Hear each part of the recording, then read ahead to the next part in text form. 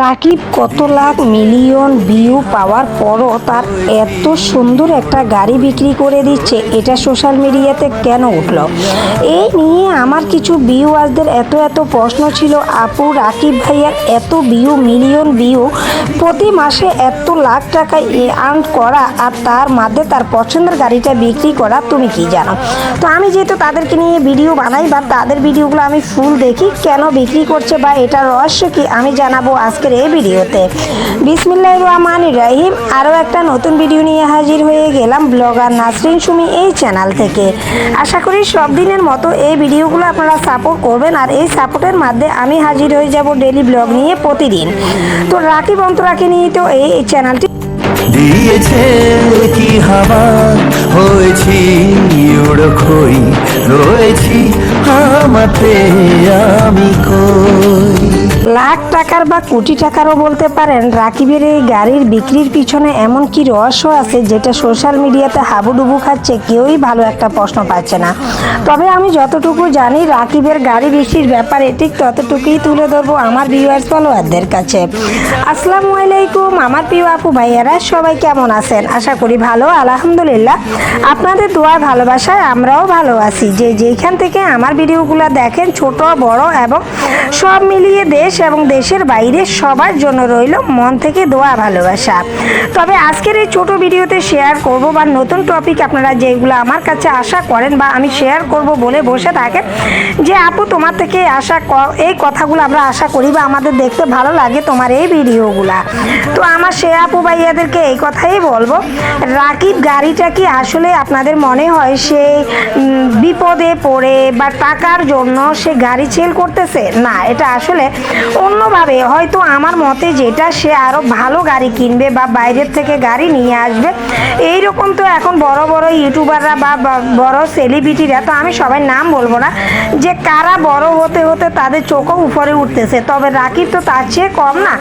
রাকিবের তো মাশাআল্লাহ ভালো ইনকাম, ভালো ভিউ, সব দিক দিয়ে তো সে ভালো ফলোয়ার নিয়ে আসে।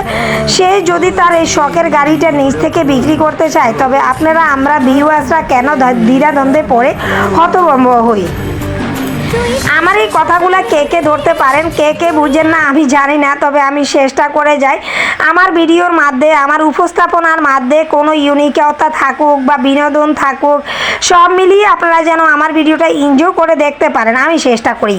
তবে আমার সাদামাটা রান্না বান্না আপনাদের যাদের ভালো লাগে, যারা এই মোমোর ভিডিওটি ফুল দেখতে চান, তাহলে তাদেরকে বলবো আমার সাদামাটা কিচেন চ্যানেল বলতে হ্যালো কুকিং বিডি, এই চ্যানেলটি আপনারা ভিজিট করবেন। আর আপনাদের কোনো অংশ ভালো লাগা থাকলে আমি বলবো আমার চ্যানেলটিকে আপনারা সাপোর্ট করবেন। তবে আমার বাকি যে আইডিগুলো আছে, চ্যানেলগুলো আছে, আশা করি আপনারা আস্তে আস্তে আমার এই চ্যানেলগুলোর সাথে থাকতে থাকতে ওইগুলোও চিনে যাবেন। তবে হ্যালো কুকিং বিডি আপনাদের হয়তো ভালো লাগার কোনো রান্নাবান্না থাকতে পারে, আর তখনই আপনারা আমার চ্যানেলটিকে সাবস্ক্রাইব, ফলো যা দরকার সবই করে দিবেন, কারণ আমার এই চ্যানেলটি একদমই নতুন। ব্লগার নাসরিন সুমি এই চ্যানেলটি আমি কখনোই ভাবি নাই যে এইরকম আরও একটা নতুন আমাকে চ্যানেল খুলতে হবে। তো ওই চ্যানেলটির সাথে আমার সাথে এমন কি গোপনত্ব সরে গেছে যে আমি এটা আসলে সোশ্যাল মিডিয়াতে বলতে চাচ্ছি না, এটা আমার পার্সোনালি ব্যাপার। তাই কথায় কথায় কিন্তু আমি বলে দিই, কেননা ওই চ্যানেলটি আমার অনেক ভালো লাগা বা আমার একটা পছন্দের চ্যানেল ছিল। ইউটিউবে আর্ন করা এই জিনিসটা আমি কখনোই জানতাম না। আমি শখের বসে এই চ্যানেলটি খোলা, আর এই চ্যানেলটা দিয়ে আমি অনেক কিছু করতে পারতাম। তো জানি না কাদের নজর পড়ছে, কারা আমার সাথে এত বিপজ্জনক কাজটা করছে। তো আমি আশা করি আল্লাহর কাছে এতটুকুই চাই, আমার সাথে যারা আমার চ্যানেল নিয়ে খেলা করছে, আল্লাহ তাদেরকে অন্যভাবে আরও বেশি করে দেখ, নেক হায়াত দান করুক। আমি হয়তো পিছিয়ে গেছি বা আমি হার মেনে গেছি, তবে আলহামদুলিল্লাহ আমি হার মানি নাই, আমি পিছনেও পা দিই নাই। আমি অনেকটা সাহস নিয়ে আমি এখনও ভাবতেছি আমি অনেক দূর আগাবো ইউটিউবে কাজ করে, কারণ কেউ একটা চ্যানেলে সফলতা পায় না। তবে সামনের দিনগুলোতে আমি হয়তো আরও কঠোর হয়ে যাব, যেহেতু আমার সাথে এরকম একটা কাজ হয়েছে বা কারা করেছে, কি হয়েছে আমি কতটুকু জানি না, বুঝি। আমি যতটুকু বুঝতে পেরেছি, হয়তো হ্যাঁ এটা লোভে পড়ে মানুষ এমন করে, তো হয়তো আমার চ্যানেলের প্রতি কারো একটা লোভ পড়েছে, ইদানিং আমার চ্যানেলটিতে আলহামদুলিল্লাহ আপনাদের দোয়ায় ভালোবাসা অনেকগুলা ভিউ আসতো, আর এই ভিউই মানুষের গায়ে আসলে সহ্য হয় নাই। তবে আমার ভিউ দেখলে মানুষের গা জ্বালাপোড়া করে, এই জ্বালাপোড়ার ওষুধ তো আর আমার কাছে নাই, আমি চেষ্টা করি ভালো হতো দেওয়ার। তো আমার আপু ভাইয়েরা, আমি কাউকে নাম ধরে, চ্যানেলের নাম ধরে কেউ যে আপনারা ক্ষতি করতে পারেন ওই ধরনের কথা বলে আমি ভিডিওটা মেক করি নাই। মনের কষ্টে অনেকটা কষ্ট চাপা ধরে এই কথাগুলো আসলে বলতে বাধ্য হচ্ছি। ইউটিউব কখনো কাউকে ধ্বংস করে না, ধ্বংস করে আমাদের জাতি, আমাদের মানুষ। আমরা এতটাই ভয়ঙ্কর রূপে একটা মানুষ নামে পরিণত হই যেটা মানুষকে শুধু ধ্বংস করতে শেখায়। শুধু এখন রাকিবের দিক দিয়ে আপনাদেরকে বোঝায়, রাকিব গাড়ি বিক্রি করতেছে, সে আরও ভালো মাইন্ডের ভালো অবস্থার গাড়ি আনবে। বাইরের থেকে এখন যারা মিলিয়ন ভিউ পায় তাদের আসলে গাড়ি রাখার ধারণা আমার এগুলা বলার নাই, যে কত কোটি টাকা দিয়ে সে গাড়ি আনতে চাচ্ছে। তো ওই জিনিসগুলো আমার বলা আসলে ছোট ইউটিউবার হিসেবে সাজে না। তবে রাকিব নতুন গাড়ি আনবে, এর চেয়ে দামি গাড়ি নিয়েছে, চলাফেরা করবে, এই নিয়ে তো হয়তো কথাবার্তার মাধ্যমে তার আগের গাড়িটা চেয়ে সেল করতে চাচ্ছে। এই নিয়ে আমাদের ভিউয়ারদের যত কম্ব কাজ কর্ম, যত খারাপ খারাপ কমেন্ট আছে তাদেরকে করা হচ্ছে।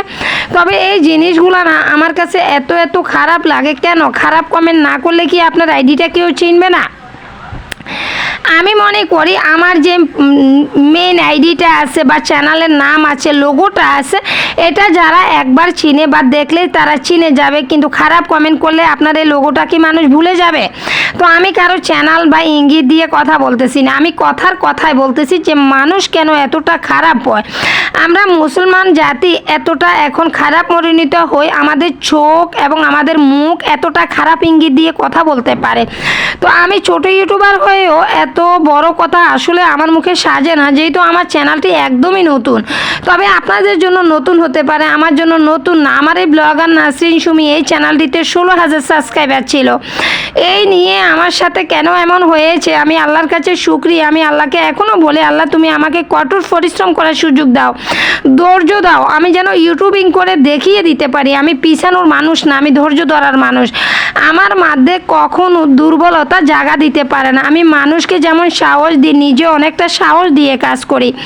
তো আমার আপু ভাইয়ারা, অনেকটা কষ্ট নিয়ে কথাগুলো বললাম, আপনারা কেউ মনে কষ্ট নেবেন না। তবে কথায় কাউকে যদি আমি কথা বলে থাকি তাহলে বলবো ক্ষমা সুন্দর দৃষ্টিতে দেখবেন। তবে আপনারা যেহেতু আমার কাছে জানতে চেয়েছেন আপু তুমি কি জানো রাকিব ভাইয়ার গাড়ি নিয়ে, আমি তো আর ওদের রিলেটিভ কেউ না, আমি তাদের ভিতরের কথাগুলো আসলে জানি না।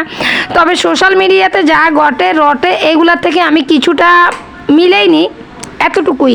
আমি কখনো অন্যায় কমেন্টগুলোকে স্পর্শ দিই না এবং রিপ্লাইও দিই না। তবে অন্যের ভিডিওতে গিয়ে এই ধরনের খারাপ কমেন্ট করাকে আমি পছন্দ করি না বলে আমি আমার এন্টারটেনমেন্ট ভিডিওগুলো প্রত্যেকটা চ্যানেলে আমি শেয়ার করব এই ধরনের কথাবার্তা। সব মিলিয়ে আপনারা যারা আমাকে সাপোর্ট করবেন বা আমার কথাগুলো শুনে বুঝে আমাকে চ্যানেলে থাকবেন, তা আপনাদের পার্সোনালি ব্যাপার।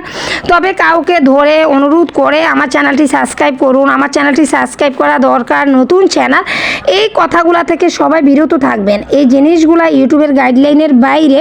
আমাকে সাপোর্ট করুন, আমাকে সাপোর্ট দেন, আমি আপনাকে সাপোর্ট করব। এই জিনিসগুলো কখনো করবে না। যারা ইউটিউবে কাজ করে তারা আনুমানিক এখন জেনে গেছে যে সাবস্ক্রাইব কতটা দরকার এবং ওয়াচ টাইম কতটা তার দরকার। তো যারা বুঝে তারা সত্যিভাবে আপনাকে সাপোর্ট করবে, আর যারা আসলে অমানসিকতা নিয়ে আসে তারা সাপোর্ট করে না, ক্লিক করে সাথে সাথে বের হয়ে যায়।